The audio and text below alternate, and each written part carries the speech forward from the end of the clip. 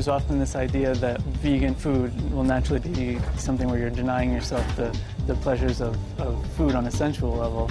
And so it's always been really interesting to me to be able to show people how wrong that is, and that we can do things with texture and flavor and senses that the pleasures of eating food, you still get all that with vegan food for sure. There's a huge variety of food that you can eat if you're abstaining from animal products. In fact, you'd be amazed at what kind of things you can find even just in your local environment that taste amazing, that don't have anything to do with animal agriculture. You can find examples from all kinds of different cuisines from around the world that you can pull inspiration from, where there's vegan food that is just a natural part of everyday life, that use a lot of different vegetables and tofu and different kinds of soy products, tempeh, fermented things, misos, and other kind of stir fries and curries. It's getting easier all the time to be able to go out and enjoy vegan food in a restaurant setting. There's places opening up all the time, and even in places that aren't fully vegan or vegetarian, they're more and more catering to people with that diet as it's becoming more and more popular and taking off. SAF is a very busy restaurant. We can often easily do like 200 people in a day, and it was voted by Time Out as one of the top 50 restaurants in the city in 2009. So for a vegan restaurant to be in that category, it's pretty impressive. And so our clientele and the people who come here come from a variety of different backgrounds. There's obviously a large sort of vegan and vegetarian contingent, but you get people who have no knowledge of those types of diets who are just curious and want to come and experience what the food's like and check it out. I don't consider it more difficult in terms of creating really good food on the plate. It's fundamentally not different in that sense from meat-based food. You do find, though, across in a vegan restaurant, the chefs themselves are often much more engaged and passionate with what they're doing because the way in which they got to that place involved their own personal beliefs and philosophies more so than in a traditional kitchen. Fatih came here from Munich just before I arrived here. As a head chef, obviously, you know, he's got a lot of things to take care of, but he is open to discussing what's being done and how can we make it better. I started work in SAF about 4 years ago, and after that I decided to be vegan, and I give up everything in one night. And I feel the difference between the old days and now. So I'm much more healthy, and I don't need to go back to eat this kind of animal products anymore. So actually SAF changed my lifestyle. People love our foods, and they always keep asking to open the second one. We have lots of vegan and organic wine, so if you have a good baked tofu, you can get nice red wine. Normally, if you're making risotto, you have to use some chicken stock, veal stock, or beef stock, whatever, but I just use some mushroom stock or vegetable stock. I think it's the most popular dish in restaurant now. Lots of Italian people is coming back after that experience. They say it's beautiful risotto, delicious risotto. So I'm happy with that. Working in a vegan restaurant as a chef at the level we're trying to work at is really exciting because there's the sense that we're trying to push the boundaries and do things that haven't been done before and sort of be at a level that's respected as just restaurant and just food, and then people come here and just enjoy an amazing meal, and then on top of which it's entirely plant-based. And we get a lot of good feedback, and a lot of people are really excited about the meals that they had. And so it's sort of rewarding to be able to have that impact and be able to show people what's possible.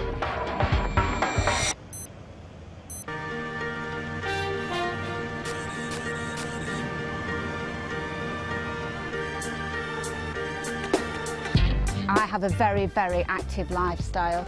I'm a retained firefighter. I'm on call 24 hours a day, 7 days a week. I always have to be armed and ready to go at all times, as well as my training. And I can honestly say that I never feel inadequately catered for on a vegan diet. I started running predominantly to raise funds for animal charities, and I started to win races, and I decided that the ultimate goal would be to run a marathon. I entered my first marathon in 2000 and I won it. And from there I just decided that this was the way forward to help more animals and to promote vegan diet. Training for a marathon is not just about going out and running endless miles. It's about doing speed work, it's about doing a lot of endurance work and coupling the two together. So you've got to be fast, but you've got to be fast over a long distance. So I personally, and everybody's different, train between about 80 and 100 miles a week. I have complete 100% faith that my diet will give me everything that my body needs to perform well. I certainly don't look at meat eaters and think I could perform any better if I ate meat. I've run 22 marathons and I always produce a good run, no matter what. When I'm at a race, people are quite surprised that I can do what I do on a vegan diet, and they say, "Why are you vegan?" And I would say to them, "Well, why aren't you? Because after all, I've just beaten you. So perhaps if you try my diet, you might be up there winning races too." And on one particular occasion, the person who presented me the award was the Lady Mayoress, and she actually said that her daughter had been wanting to go vegetarian for quite a few months. When my mum was able to tell her that I'd been vegetarian since tiny and vegan since a teenager, she was really overjoyed that there was a role model there that she could use. That's a bigger achievement for me, because that's somebody growing up, and then she's the future, and veganism is the future. No alcohol, no weed, no cigarettes, no ease, no milk, no cheese, no eggs, no meat, just meditation and peace, red lentils, chickpeas, good workout, good sleep, more sunshine, light breeze.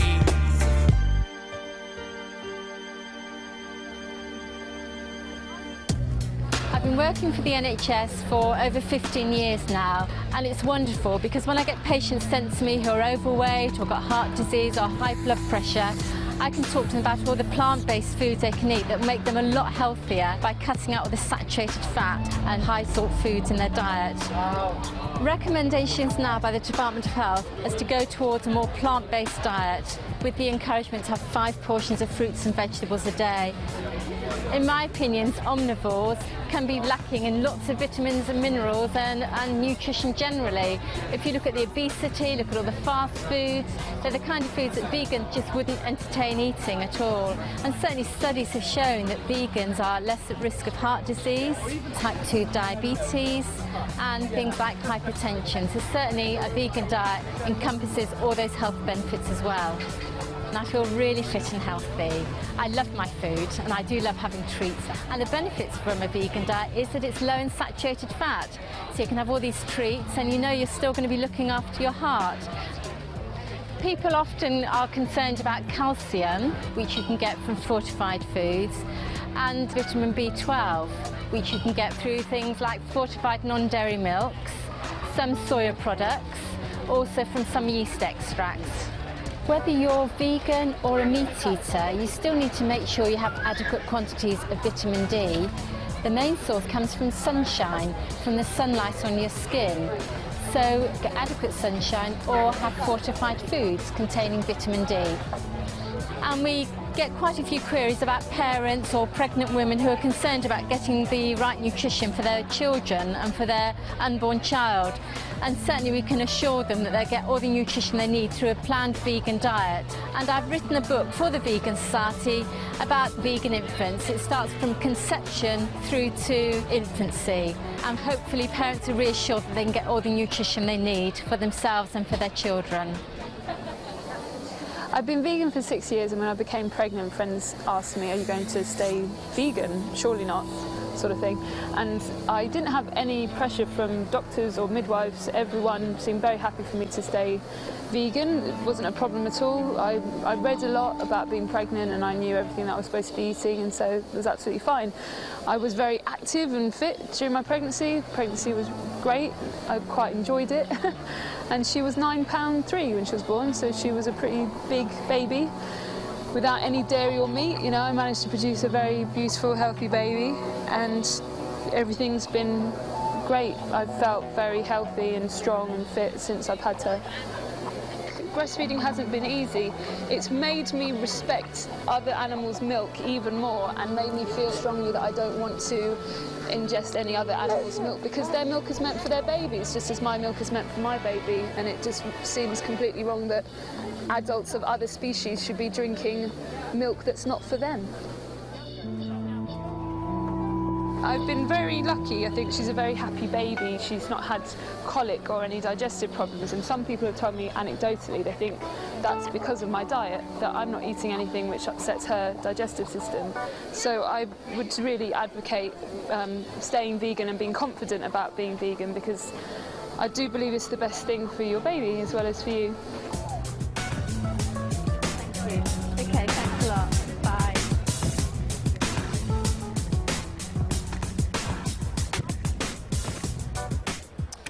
I'm here now with Labour MP Kerry McCarthy, and this morning we're going to be talking about global food security, the environmental concerns surrounding food production. Well, I think people just need to be very much aware of the impact of the Western diet on the environment as well. I mean, some people will become vegans because of health reasons, some because of concerns about animal welfare. But I think increasingly people are beginning to look at the impact of industrialised farming and the fact that we just cannot sustain a Western-style diet.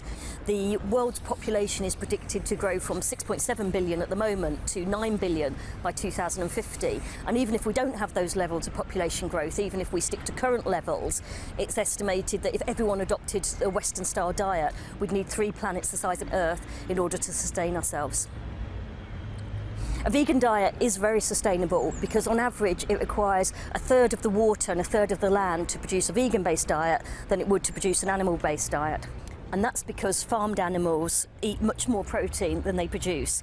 Most of the protein that they consume is used to actually to live, to keep themselves warm, to repair injuries, rather than to actually what you could describe as grow milk, eggs or meat. More water and land is therefore needed to produce cattle feed, for example, which leads to deforestation, scarcity of water supplies, soil erosion, and the pesticides have a damaging effect on the environment as well.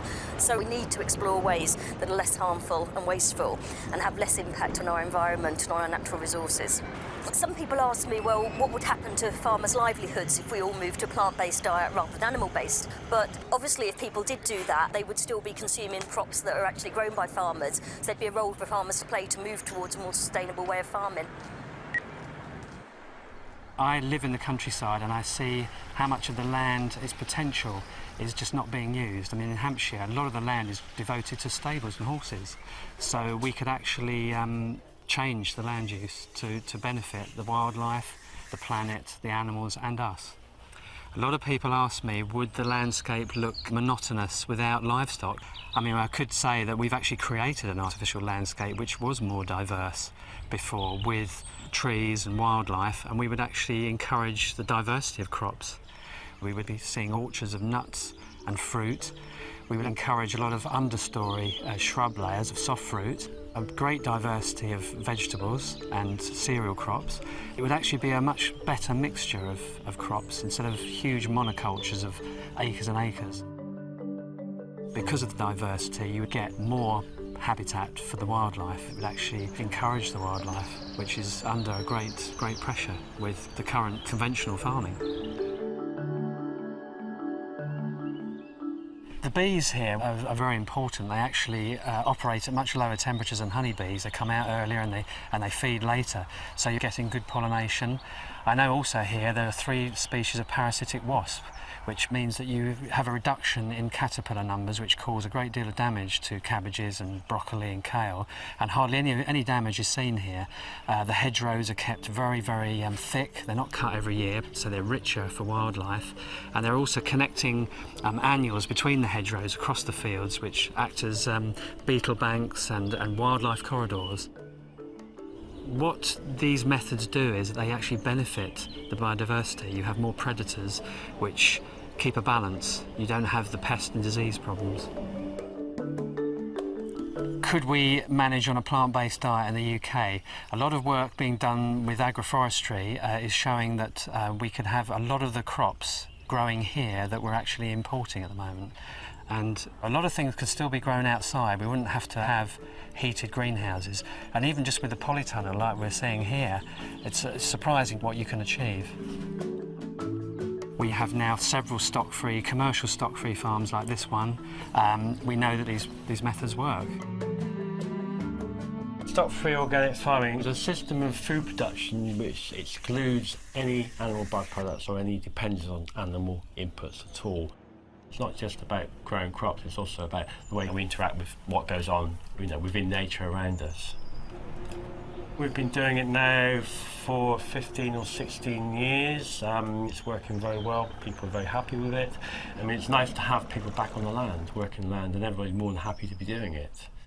We've developed a system of fertility building which relies very much on green manure, so we're using plants to produce nutrients which are fixed from the air to improve biodiversity, and not relying on importing somebody else's land to support our fertility, which is what most conventional and organic production is dependent on. So we've kind of designed this system which is more or less independent of exterior forces. And because we're building carbon in the soil, this is particularly important, and a very small increase in organic content in the soil has a huge effect in terms of carbon entrapment. In fact, this is one of the biggest carbon sinks possible, soil. So it's not only good for animals, it's also very good for carbon capture, which is obviously good for climate change. So we're building organic material, and the only way to build organic material long term is through plants. You cannot do it through manure, because manure dissipates into the environment very quickly, it gets broken down. Whereas plants, they leave roots in the ground which gradually decay and become carbon. In here there's actually 4 different types of green manure, 4 different plants, all doing slightly different things. But all building fertility, and the final outcome of this is a soil which is very friable, good population of worms, easily worked, doesn't take as much energy to work soil when it's in good condition, and very good for plant roots. So this forms the basis of fertility for future cropping. For future cropping, We grow a whole range of crops, 70 different types of vegetables. Almost 300 sowings a year, almost 1 sowing every day on average. So it's making the best possible use of land to feed people, which is really what farming should be doing. And I do very much hope that there will be a transition from the conventional type of agriculture we have now to a stock-free agriculture in the future. Right, okay. Thanks a lot. See you again. Welcome. See you later.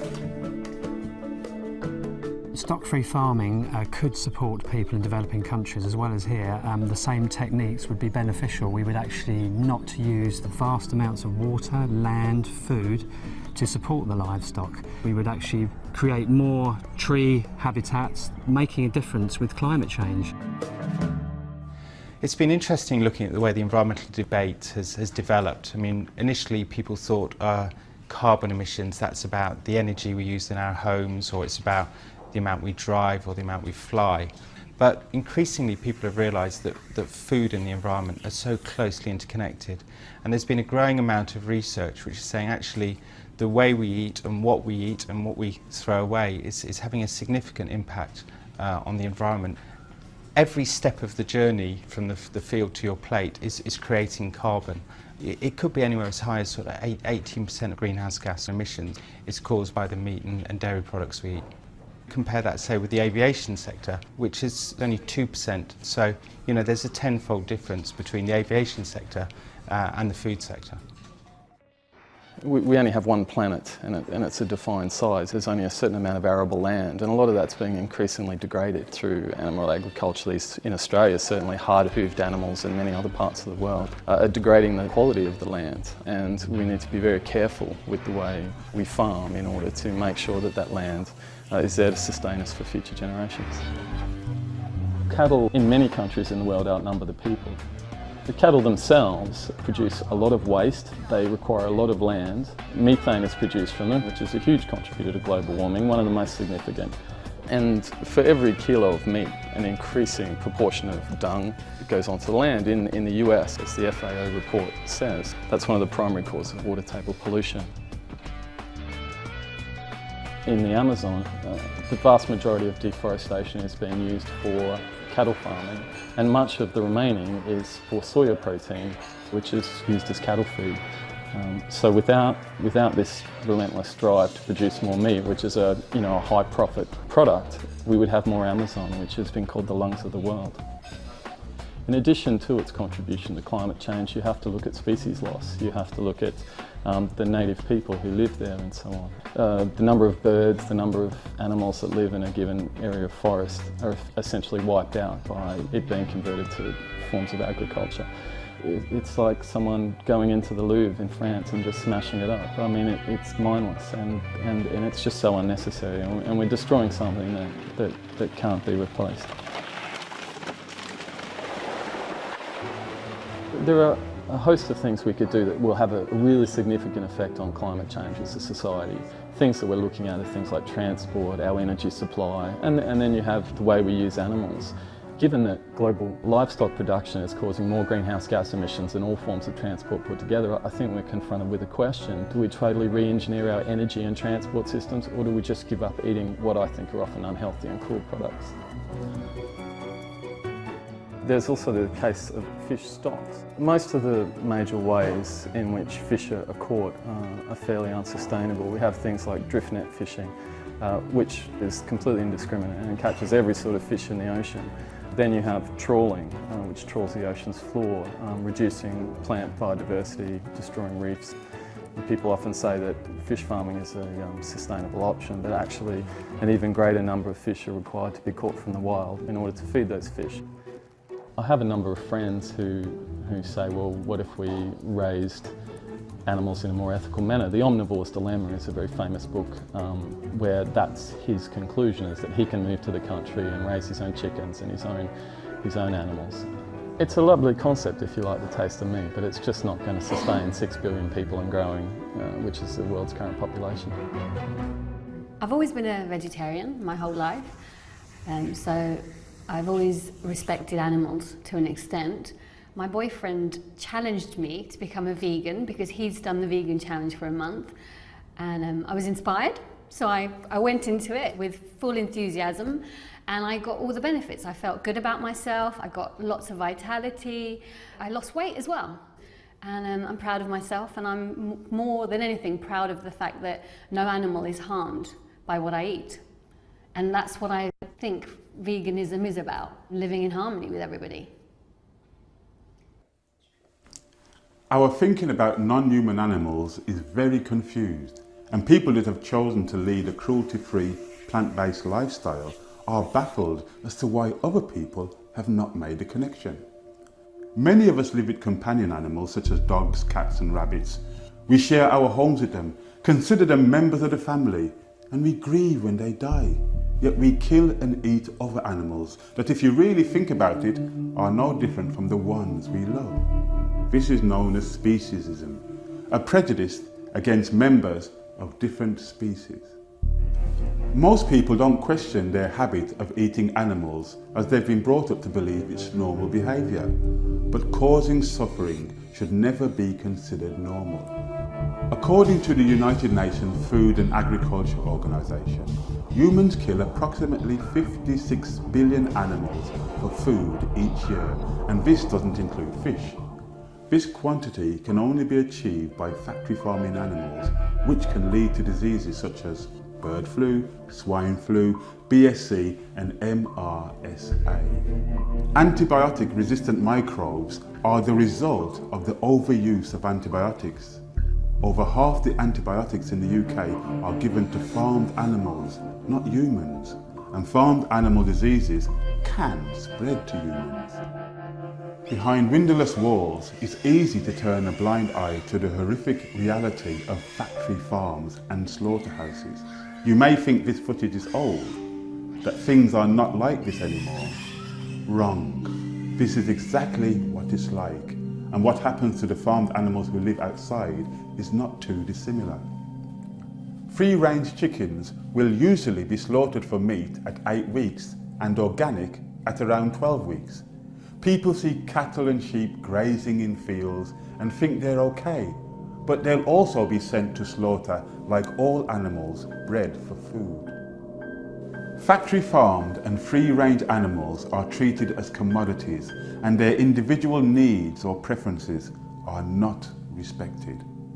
And it's not just to produce meat. Every year, millions of farmed calves and chicks die in order to produce milk and eggs. Male chicks don't produce eggs and are not profitable for meat production, so are killed the day they are born. And laying hens, when their egg production starts to fall, are also killed long before their normal life expectancy. It's no fun for cows either. In order to produce milk, the dairy cow must give birth to a calf. As soon as the calf is born, they form a strong bond with their mother. Yet within a few days, they are usually separated, causing extreme distress. Male calves do not produce milk and are usually shot at birth or sent for veal production, and the female calves are added to the milk production line like their mothers. 3 months after the loss of her calf, while still producing milk, she is usually made pregnant again. She's put through this exhausting procedure 3 or 4 times until she too is deemed redundant and killed. More than 20% of dairy cows sent to slaughter have been found to be pregnant, and the skins from these unborn calves is used to make soft suede. Many people assume that leather is an incidental element of the rearing of animals for meat. It's not. It's used to produce shoes, jackets, wallets, gloves, and furniture, and so purchasing leather goods helps make the rearing and killing of animals a profitable concern. Just as we have tried to end racism, sexism, and ageism, we can also try to end speciesism. Enjoying a plant-based diet and vegan lifestyle is the ultimate protest against animal exploitation. It's taking action every day to reduce animal suffering and death by decreasing the demand for all animal products. I don't like watching the animal cruelty footage, but by us watching it together, we can make a difference. We can empower ourselves by being educated what is going on and then change it. With the mounting evidence, compassion, our health, the environment, water pollution, supporting developing countries, food security, rising population, sustainability, the rainforest.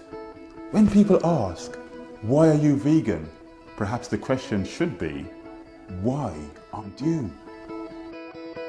I like being able to abstain from the negative aspects of food culture and be able to celebrate the positive ones. Becoming vegan does not mean just changing your diet, caring about the animals, bird and global warming. Also, you are changing your lifestyle. I feel wonderful being vegan. It's the best thing I've ever done. If we want to have a lower carbon diet, we should be eating more vegan food. I think there's misconceptions about being a vegan, which stops people exploring it, investigating it, seeing it as a possibility. In my opinion, the real reason people eat meat and dairy is because they like the taste of it. But when you look at the evidence, is that taste really worth it? The case for veganism is so strong on a number of fronts, from the animal welfare point of view, from the health point of view, and from the environmental point of view, that I would never go back.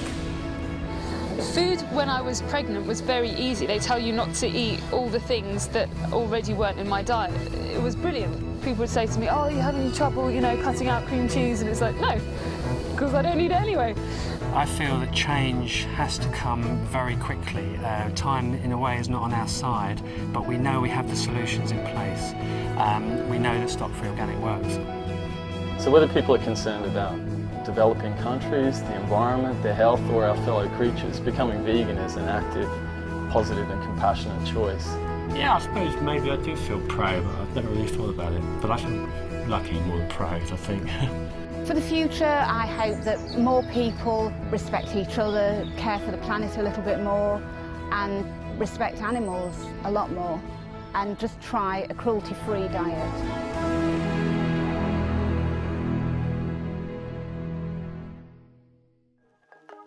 Kill for eat, for real king man. But them say swine in a them dinner. So when I got nothing there, you know. Fire, blaze, treat the toughest way. No bones, no blood in our kitchen. We not gonna mix up in a vampire living. No bones, no blood in our kitchen. Say Rastafari, you're my greatest ambition. Man, me see enough of them not showing respect for life. Run, here come the butcher man when he coming with his knife. I'm more pain, I'm more death, I bear murder. Life them take for them steak and hamburger. Me ready to plant some seed in the mud, than to take you some flesh. rushing goes to blood. Can never stop fighting it, stop fighting it. Hey, give it a life a try, you just might get some enlightenment. And this the one for the all of my vegetarians, raw fooders and vegans and all the vegetarians, yo. Cause I and I not put no day, you know we simple. True humbleness, we have to live life simple. To put some food up on the plate. I mean I need no hook, mean I need no bait. I unite the roots, me food me not fish shoot. Or give me vegetable and some fruit. Make us no bones, no blood in our kitchen. We not gonna mix up in a vampire living. No bones, no blood in our kitchen. As a Rastafari, I'm my greatest ambition. No bones, no blood in our kitchen. We synchronize with the most size vision. No bones, no blood in our kitchen. Don't panic, cause I'm organic. Here soy soup in my kitchen, yes, I got it. Yo, don't panic, cause I'm organic. Lentil peas in my soup, I got it. Yo, don't panic, cause I'm organic. Vegan life, me live on none of